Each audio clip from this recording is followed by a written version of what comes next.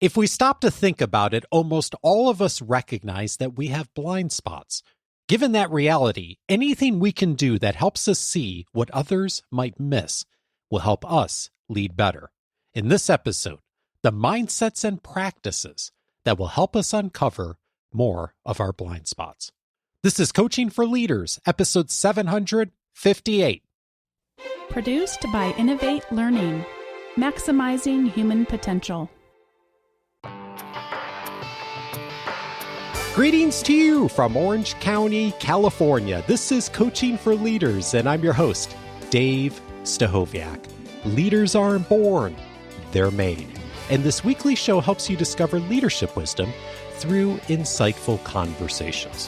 One of the realities that we all face in leadership, if not directly, we certainly have it pointed out to us, is what we have missed, what we don't see. And of course, to lead effectively, we need to be able to see the things that other people miss, at least be able to do a good job at ourselves of looking inward and being able to uncover some of the biases, some of the things that tend to hold that back. Today, so glad to welcome an expert that's so good at helping us to begin this journey of starting to see what others miss and some of the practical steps we can take to get better. I am so pleased to welcome back to the show Kirstin Ferguson. She has been recognized globally by Thinkers 50 as one of the top 50 management thinkers in the world and is the recipient of the 2023 Distinguished Leadership Award.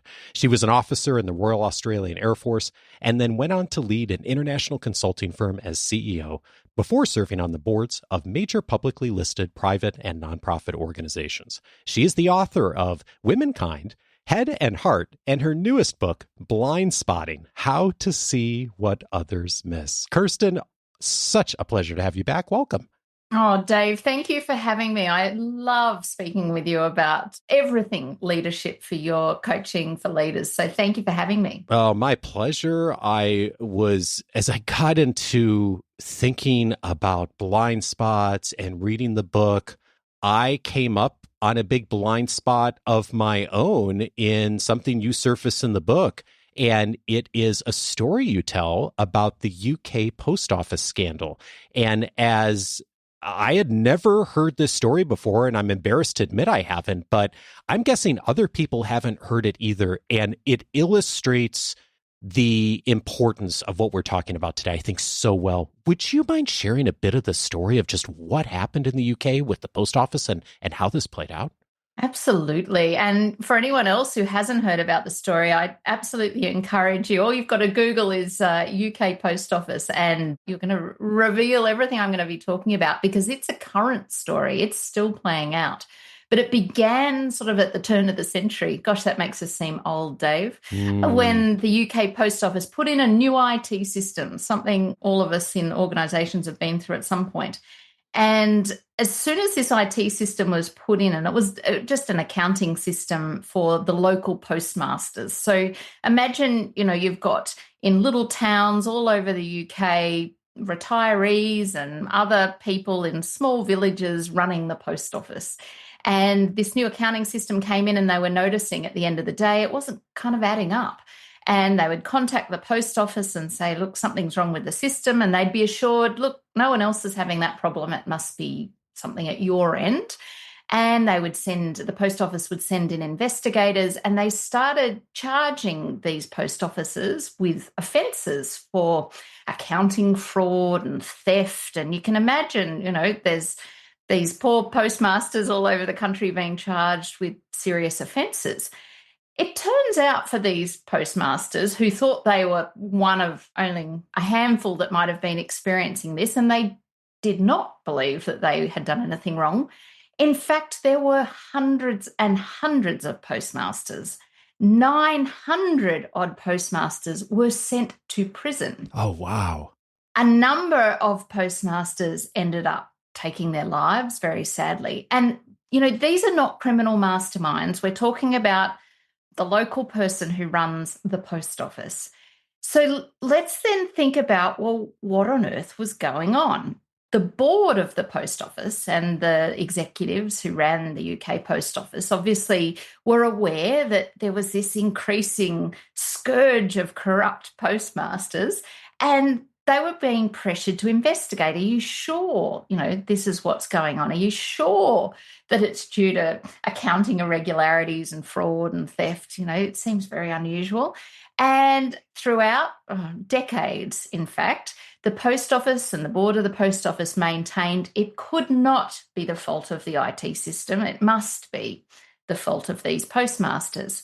Now, the postmasters eventually realised that there was hundreds of them, and they knew that they hadn't done anything wrong, and took the post office to court.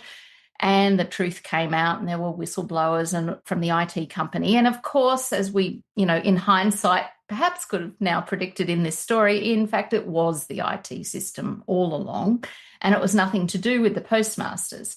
Now, this is a tragic story because those hundreds and hundreds of people's lives were upturned. They were not believed for many years. Many went bankrupt, all the awful effects that happened to them. But what I'm really interested in what was going on inside the post office that no one was saying, look, this just doesn't make sense. What are the chances that there is this criminal mastermind network of postmasters versus an IT system that perhaps has a glitch?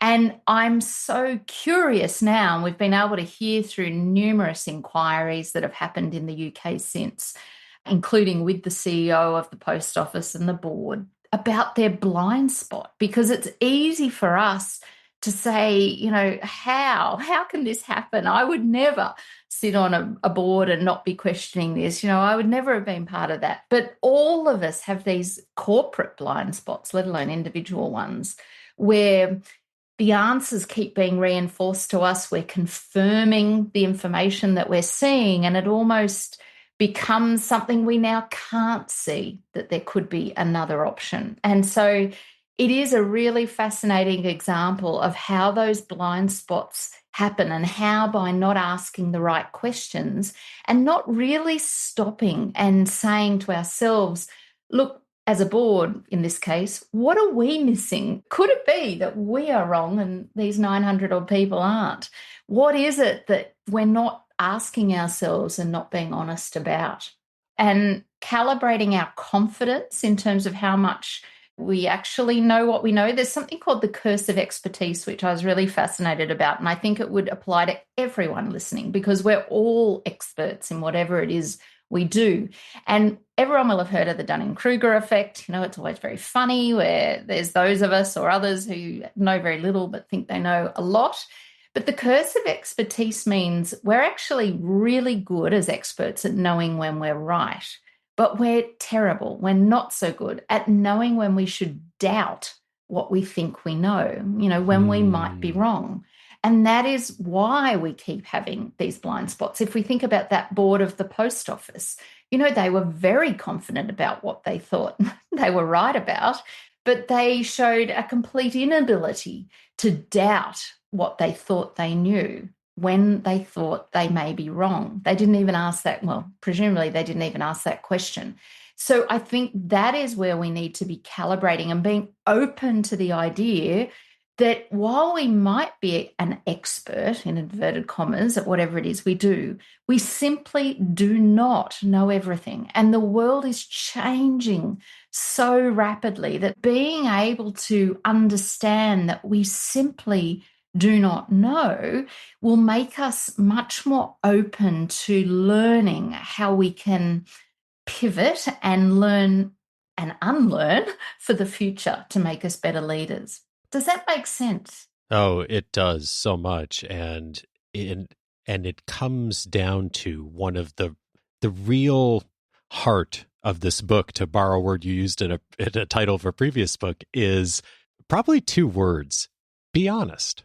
And when you say be honest in this journey of doing a better job of blind spotting and being a seeker, this isn't just the intellectual value that we all, well, I shouldn't say all, but most people espouse of like, I want to be honest with others. I see it almost first as we have to be honest with ourselves, which is a different way to look at it, and just as important, if not more so.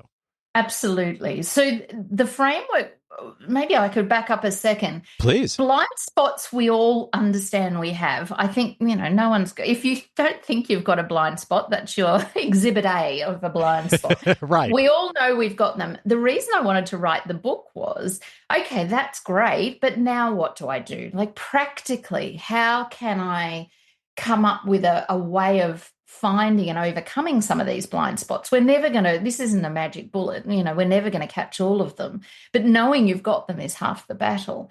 And so I wanted to come up with a way of thinking about it that is like powering up a flashlight to be able to see ahead. And you've really hit on one of, there's three, but being honest is number one for me. And it's based on the theory of intellectual humility.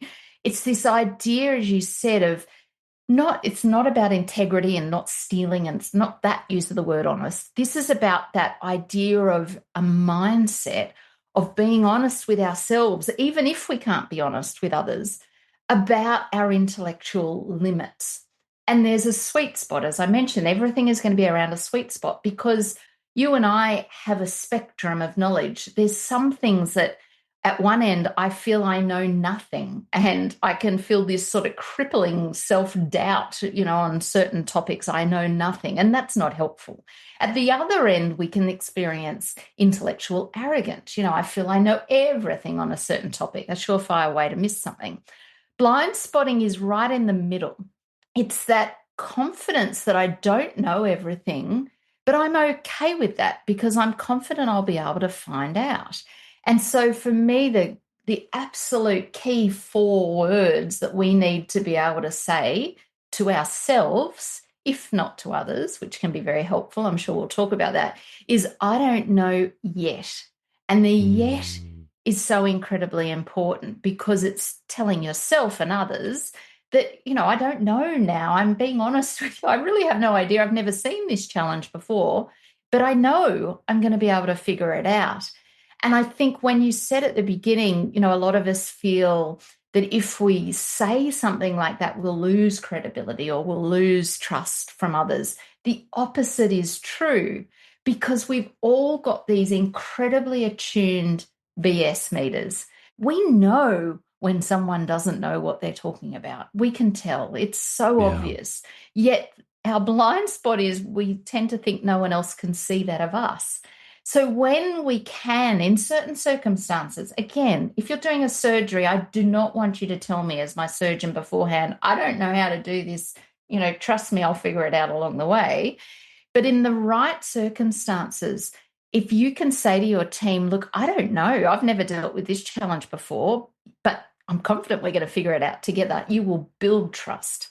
You will build confidence in those around you that you're going to be able to see it through.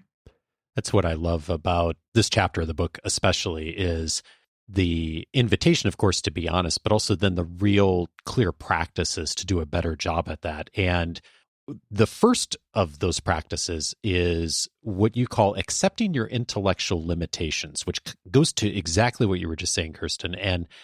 And as I was thinking about the wording of that, I'm thinking about what you said a moment ago. Like, I think almost all of us, especially people who listen to this show, would say, okay, I acknowledge that I have blind spots, clearly, like we all do. There's things we don't know. But I think there's a difference between acknowledging that and really actually accepting that. you know?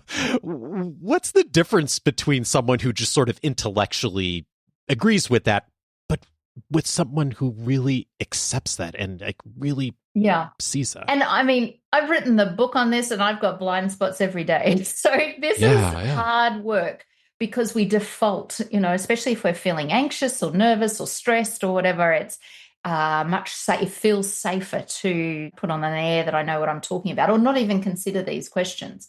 But I know for myself where the difference in my mind is if I go into a difficult conversation about something that I might feel a preconceived view on, and I reflect on those conversations afterwards, the better conversations are those where I go in, I might have a view, because this isn't about not having a position on things at all, but it's about going into it and listening to another perspective with a genuine curiosity and then a genuine flexibility to perhaps take on some of what I've just heard.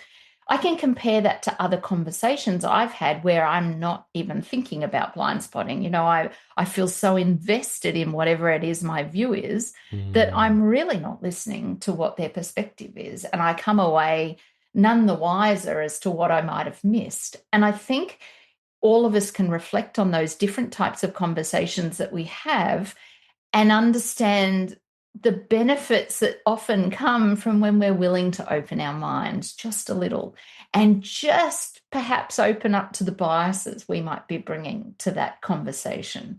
And I can think, for myself that one of the things I've had to really be honest about, there's a number of contentious issues that I've had to really think about. Well, I've come to that with a real bias for whatever reason. But one around working from home was where I've had to really adjust my thinking based on exactly what we're talking about. Because when COVID first happened and we all started working from home, as a 50-something-year-old who's had an established career, I thought about myself and I'm thinking, this is fantastic. I hope I never have to go to an office again. I love working from home. Let this never change. And I was a zealot for it. I was writing in our papers, opinion pieces. I thought it was fabulous. Now, I've got daughters in their 20s and I know other young workers. And over the time, I'm listening to their experiences, which were very different. They were now missing out on a lot of mentoring experience and opportunity experience and all of those sorts of things. And I've really had to reflect on my own biases and my own lack of honesty about why I came to the view that I did. And it was completely tied up in my own perspective and what I believed and what I wanted. And, if we were to think about all of those really difficult conversations, and blind spotting doesn't have to come up in difficult ones, but around politics or whatever it might be, imagine if we all went into those conversations with a view that, look, I might not be right. I might need to be open to hearing some information and data that I'm not aware of. Which leads into one of the invitations you make for us, which is to calibrate our confidence in situations like this. What does that look like? Well, it looks like asking ourselves, what don't I know about this situation? Or before I go into that conversation or while I'm listening, what evidence would genuinely make me change my mind? Why is it I'm holding on to something here? And why? But if this person actually shares something that I'm not aware of, is that going to help me change my mind?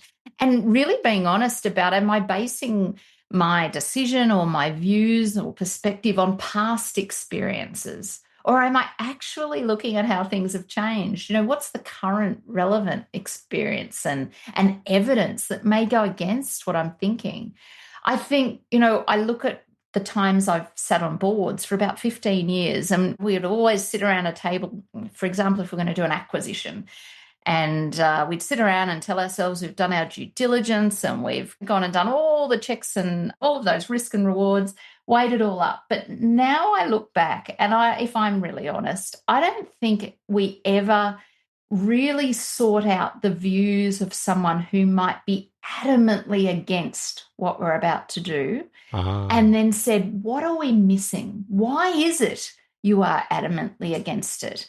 And not just sort of done it as a way of ticking a due diligence box, but actually listened to what they were saying about what their perspective was on what we're missing.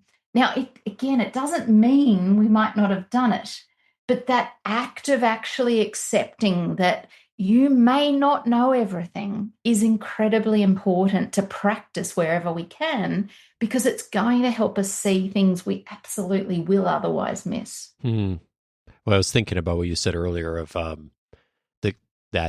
great things that come with expertise, but also a bit of the curse that comes with expertise too. And boy, if you can get beyond that, how much you can do with it. And you cite so many wonderful examples in the book of leaders who have really intentionally done this. And one of them is Magic Johnson.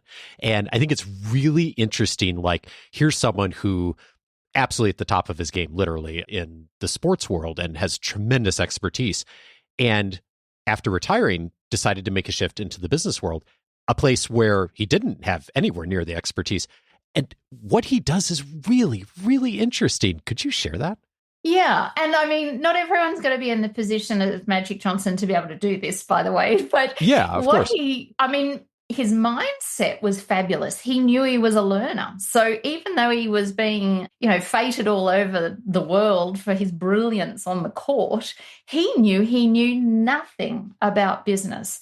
And so what he did was seek out people who could help him and advise him. And so I like that he went to the owners of the Lakers and said, tell me, the names of all the CEO members. I want to have lunch with them. And of course, they would have said yes. And he had 100 lunches with these high-powered CEOs and basically said to them, here's what I want to do. Tell me what I don't know. What do I need to learn?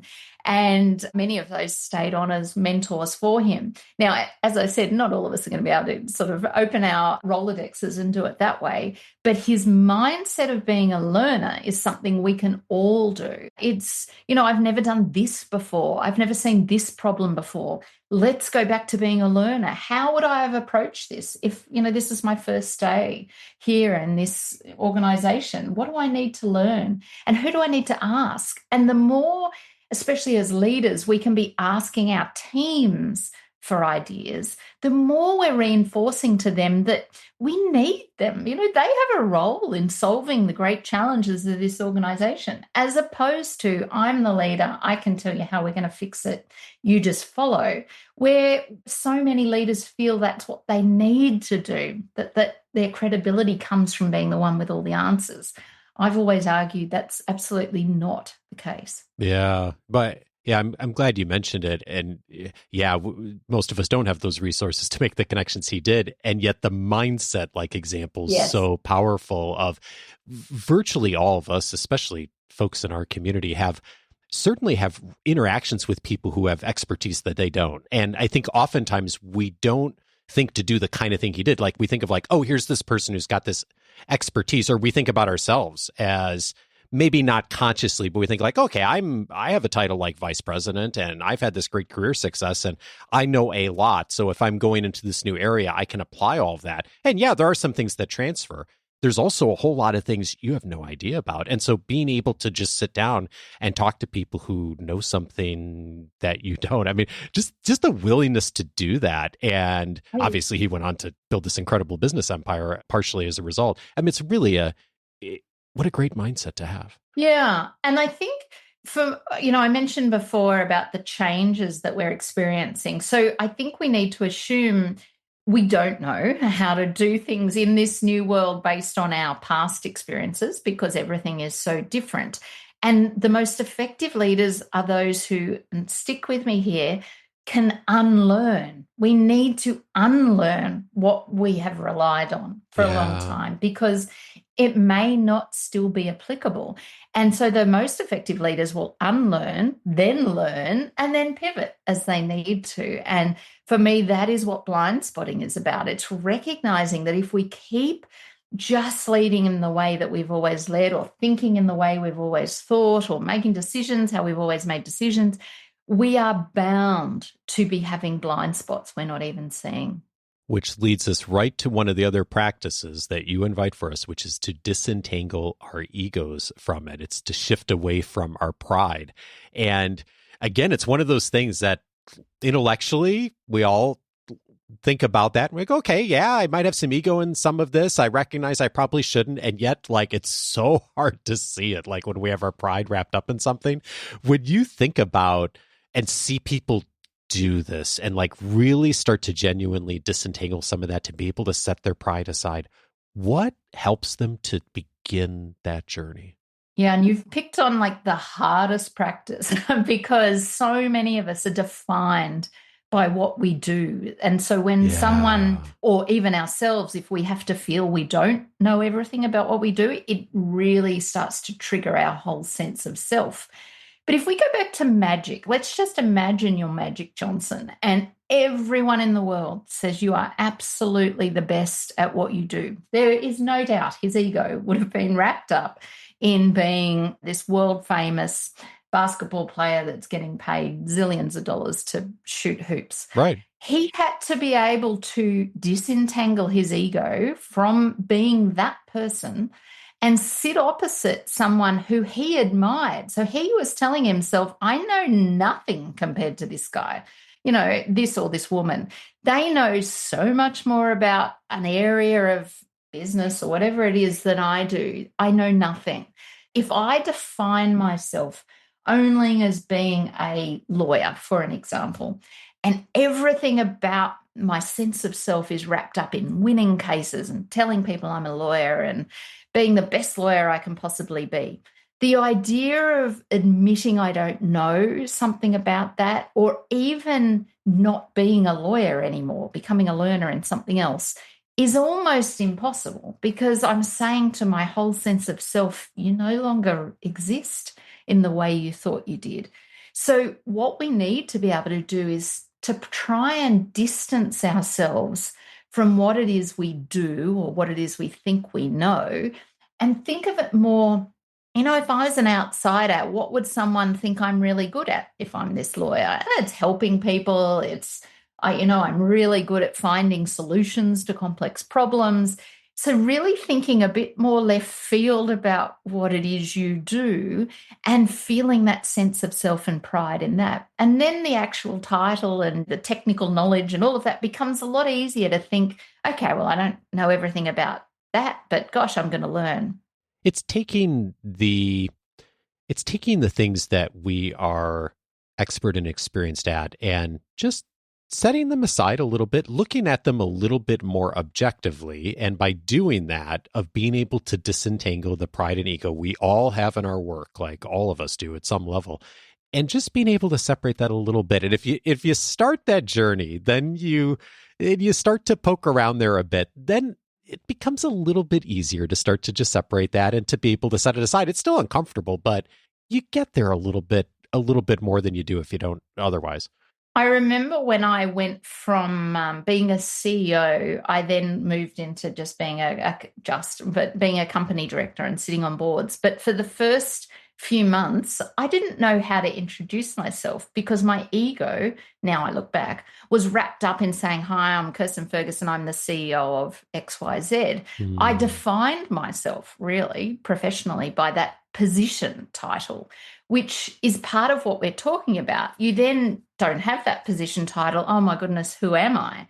Now, it seems ridiculous now for me to even believe that that's what I was grappling with, but I was, and we all grapple with things like that all the time. And, it didn't take too long, but I realized that I needed to define myself in different ways, and I was able to do that. And now that has sustained me through changing careers and doing different things and thinking about myself and what I can contribute professionally beyond a title. And I don't know if that helps listeners, but it's kind of the practical way that we can start to disentangle our ego from what it is we do.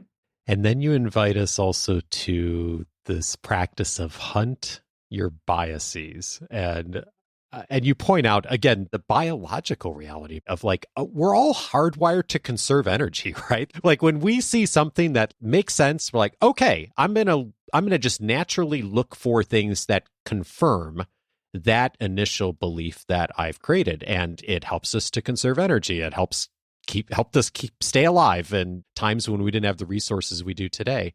And one of the places that you suggest that we start here is just to admit that the biases exist. And that's really helpful as a starting point. It is. And I mean, we should clarify, I'm not really talking about biases like age, sexuality, gender, ethnicity. This is thinking biases in particular. Right. And so it's really admitting that when I want to win an argument with my husband, I'm probably going to find evidence that supports my view on how to stack a dishwasher, as a really silly example, that he's wrong. And I'm going to find all the things that tell me that I'm right, and it's knowing that's what I'm doing. Or when my husband tells me he's going to the hardware store and it's only going to be 5 minutes, he actually has a bit of a planning fallacy that's going on there. So, they're really silly examples, but we need to understand that every decision we're coming to is coming loaded with baggage around our biases.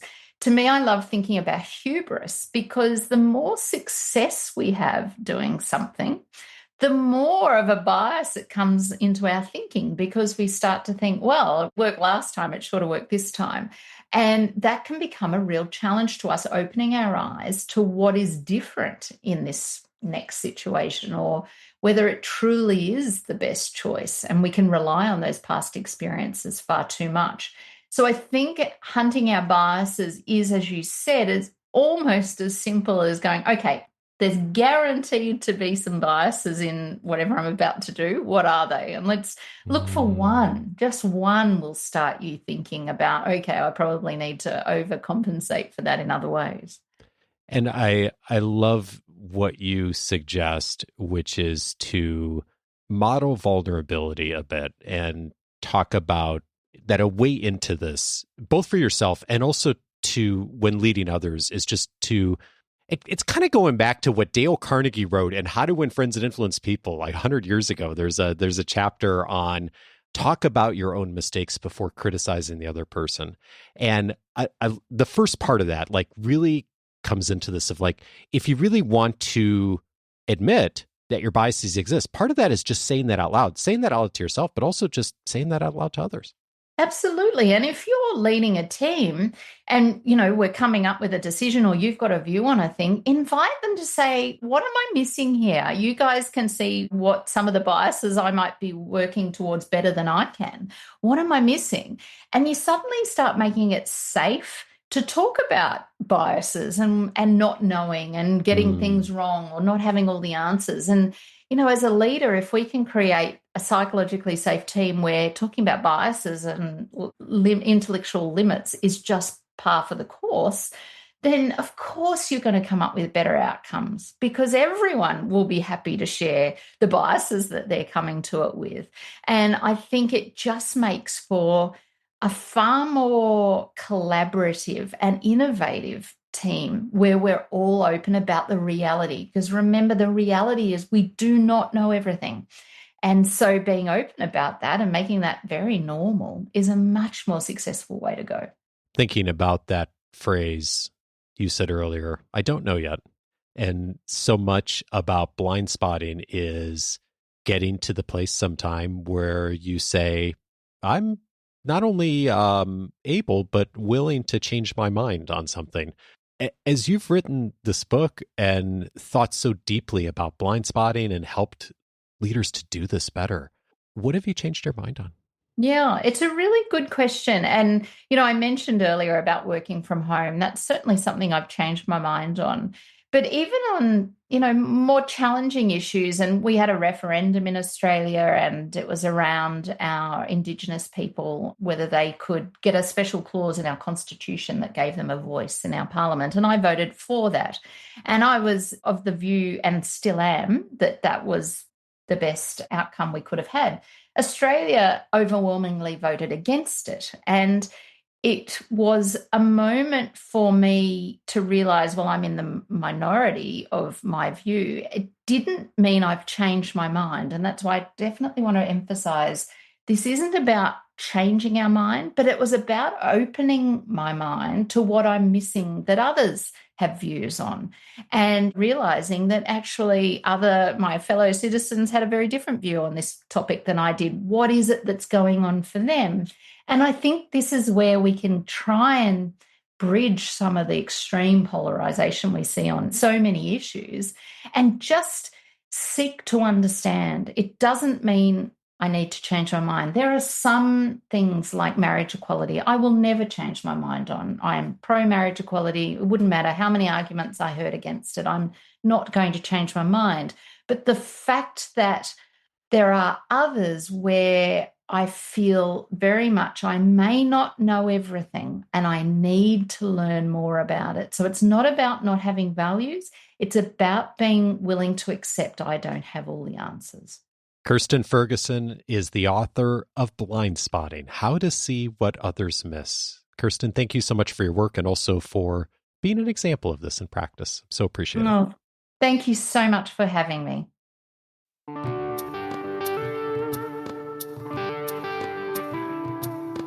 If this conversation was helpful to you, 3 related episodes I'd also recommend. One of them is episode 651. The last time Kirstin was on the show, we talked about getting better at reading the room.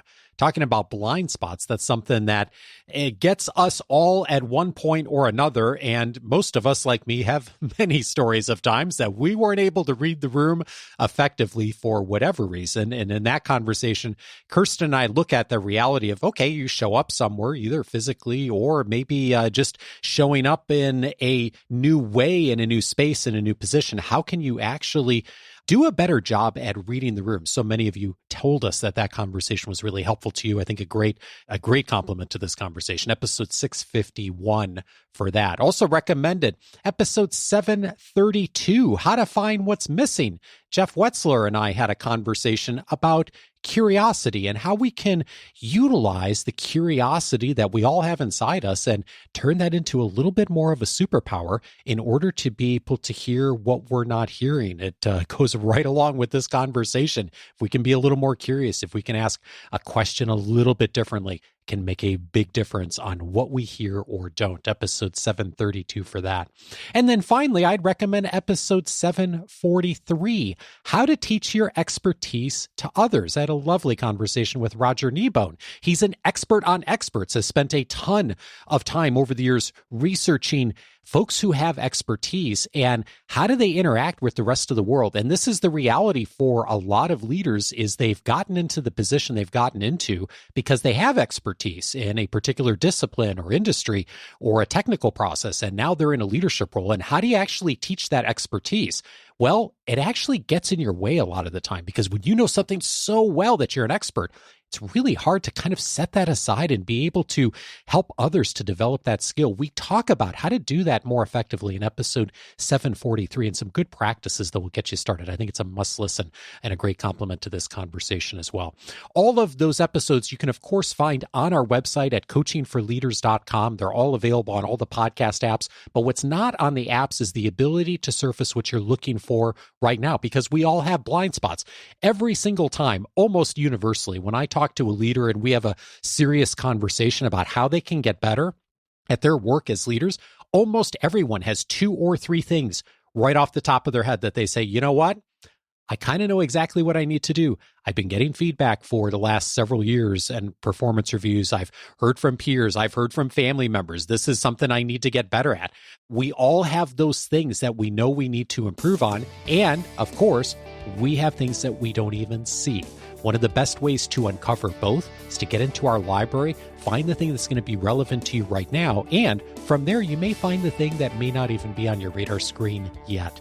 Going over to coachingforleaders.com will allow you to set up your free membership. Once you do, you have full access to the entire library of episodes that I've aired since 2011, and plus all the other benefits inside of the free membership, our free audio courses, my own personal library, all my book and interview notes, much more. Coachingforleaders.com to set that all up.